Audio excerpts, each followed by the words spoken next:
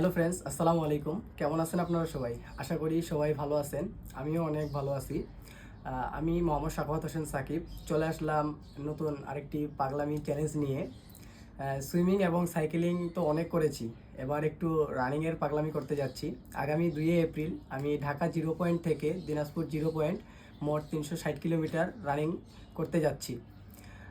অর্থাৎ দৌড়ানোর পরিকল্পনা করেছি এবং একই সাথে 2 তারিখ 3 তারিখ রানিং করে 4 এপ্রিল যমুনা নদীতে 15 কিলোমিটার সুইমিংয়ের একটি ইভেন্ট আছে। অর্থাৎ টাঙ্গাইল থেকে সিরাজগঞ্জ সাঁতার কেটে আবার 5 তারিখ রানিং করে দিনাজপুরের উদ্দেশ্যে রওনা হব ইনশাআল্লাহ। আমার এই সম্পূর্ণ ইভেন্টে যিনি স্পন্সর করেছেন পাটোয়ারি বিজনেস হাউস লিমিটেড, মোহন পাটোয়ারি স্যারকে আমি অসংখ্য ধন্যবাদ দিতে চাই।